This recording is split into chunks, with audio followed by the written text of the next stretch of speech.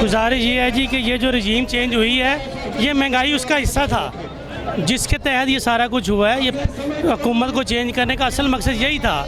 इस कौम को सज़ा दी गई है कि जो 3.5 साल इमरान खान को यहाँ इक़्तिदार में रहने के बाद उसकी ये सज़ा देने के लिए इस कौम को हमारे पर, इस इम्पोर्टेड हुकूमत को हमारे पर मुसल्लत किया गया है। खिलाफत उस्मानिया में उस्मान ने ये बात कही थी कि मुझे हमने फतह से कम पर कोई भी कंप्रोमाइज़ नहीं करना। अस्सलाम वालेकुम जी वालेकुम सलाम। जिस तरह पाकिस्तान में महंगाई कर दी गई है, गरीब आवाम पिस कर रह गई है, क्या कहना चाहते हैं?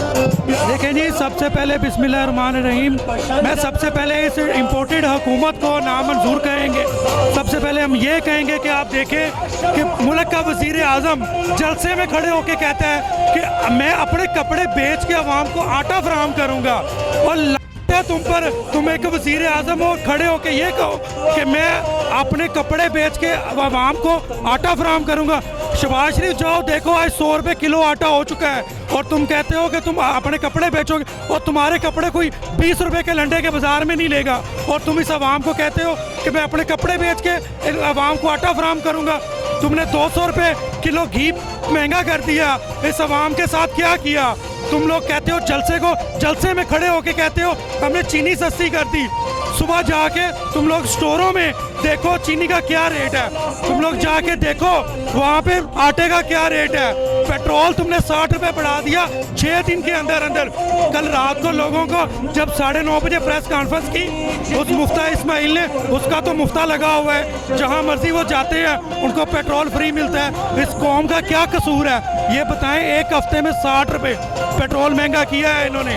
कल रात को लोग झोली उठा के बददुआएं दे रहे थे आप लोगों को। आप लोग बेफिक्र हो जाओ, इंशाअल्लाह ताला जब लोगों की बददुआएं आपको लगेंगी और आपको पता चलेगा कि ये जो मरियम है, जो पाकिस्तान के अंदर, बोलना तो नहीं चाहिए कि किसी भी औरत के बारे में, लेकिन पाकिस्तान के अंदर में सबसे बड़ी फितना औरत मरियम नवाज है, और उसके साथ जो उसकी छोटी छोटी कनीज़ें हैं। और जो अब रह गया महंगाई के बाद इस आवाम के साथ, आप देखें लोड शेडिंग की क्या सूरत हाल है। कल रात को आधा घंटा लाइट आती थी, 2-2 घंटे लाइट नहीं आती थी। बच्चे कैसे सोते हैं हमें पता है, हम छतों पे लेके जाते हैं। ये लोग बिजली का बिल भेजते हैं, 8 रुपये यूनिट बढ़ाया है इन्होंने कल। क्या इनसे कोई पूछने वाला नहीं है? खुदारा जनरल साहब, हमारी आपसे दरख्वास्त है, हमारी अदलिया से दरख्वास्त है कि इस कौम के साथ मजाक बंद करें।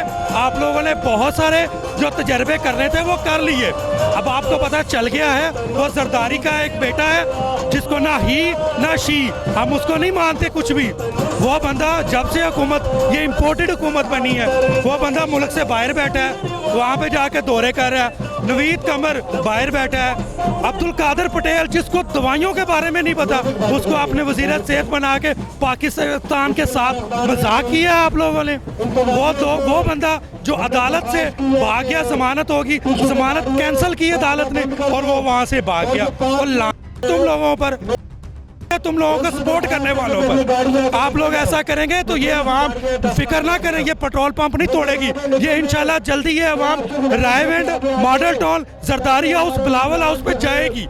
और हम नहीं चाहते कि इस कौम के साथ मजाक हो जो श्रीलंका वाला हाल हुआ है। इस कौम का बड़ा सब्र है। हम बतौर मुसलमान हैं, हम अपने ईमान रखते हैं, अल्लाह पे यकीन है, हम अपने नबी पे यकीन रखते हैं। ये कौम कभी भी ऐसा नहीं करेगी। लेकिन इस कौम के साथ खुदारा मजाक ना करो ऐसे। ये कौम के बच्चे क्या करेंगे?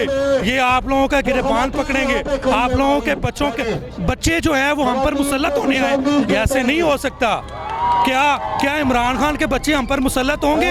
हम ऐसा होने भी नहीं देंगे, और ना ऐसा है।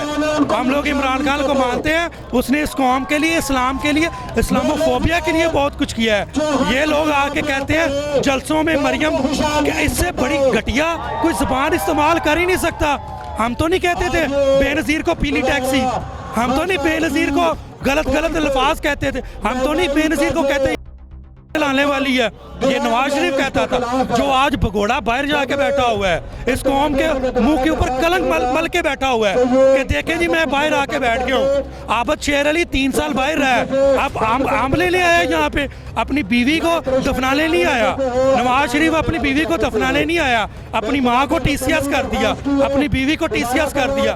उसके दोनों बच्चे जो हैं बाहर बैठे हैं, वो बाहर बैठ के पाकिस्तान पर हुक्मरानी करने के लिए बैठे हैं कि हम जाएंगे हुक्मरानी करेंगे। कल देखे एक इम्पोर्टेड वजीर आजम का लड़का जो अदालतों से मफरूर है, और वो देखे अदालतों के अंदर डॉक्यूमेंट जमा करवाए जा रहे हैं, वहाँ पे ये कहा जा रहा है इसकी वल्दियत आगे नहीं है। हमें नहीं पता किसका अब्बा गरीब है, किसका अब्बा अमीर है। कौमी असम्बली में खड़े होकर नवाज शरीफ ने कहा था मेरा अब्बा अमीर है, लेकिन शहबाज शरीफ ने कहा था मेरा अब्बा गरीब है। हमें नहीं पता किसका अब्बा गरीब है, किसका अब्बा अमीर है, लेकिन खुदारा इस कौम के साथ ऐसे ना करें।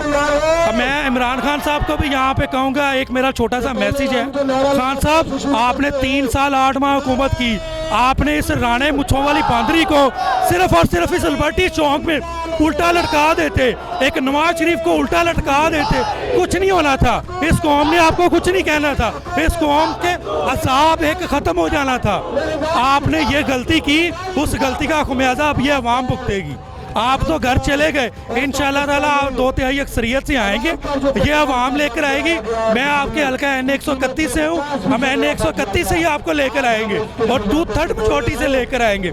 लेकिन ये इम्पोर्टेड हुकूमत जो जुल्म कर रही है, जो ज्यादती कर रही है, इंशाल्लाह इनके साथ वो हाल होगा। श्रीलंका में अगर लोगों ने उन वजीरों की गाड़ियाँ दरियाबुर्द की थी ना, तो हम इंशाल्लाह इन गंजों को भी दरियाबुर्द करेंगे।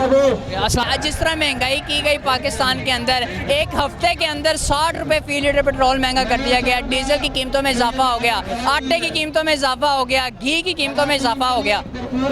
असल में पता क्या है, ये जो यकदम एक रजीम चेंज हुई है, ये महंगाई की वजह से नहीं थी। चूँकि अब ये बात वाज़ेह हो गई है, शदीद तरीन महंगाई, 6 दिन के अंदर 60 रुपये का पेट्रोल बढ़ना।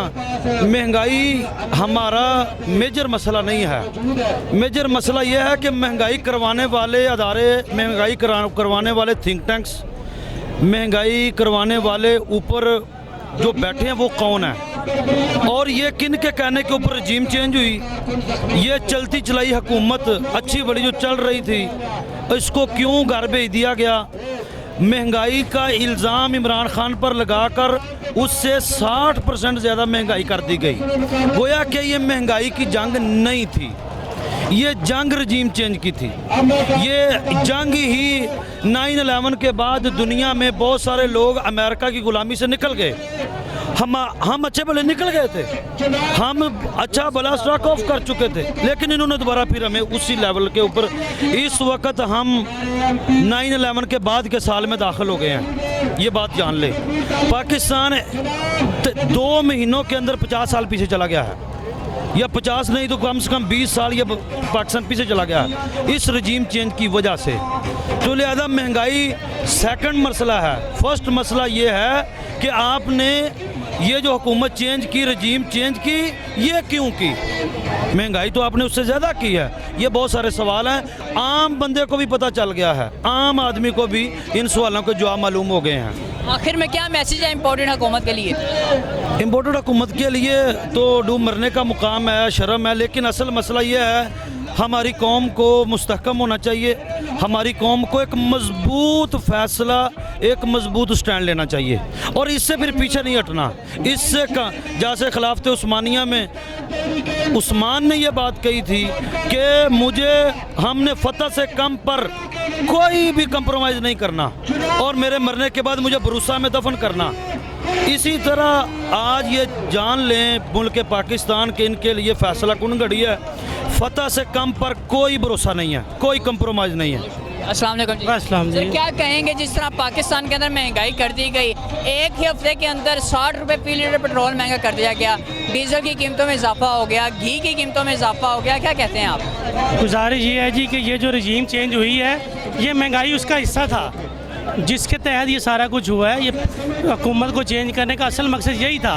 इस कौम को सज़ा दी गई है कि जो 3.5 साल इमरान खान को यहाँ इक़्तिदार में रहने के बाद उसकी ये सज़ा देने के लिए इस कौम को हमारे पर, इस इम्पोर्टेड हुकूमत को हमारे पर मुसल्लत किया गया है।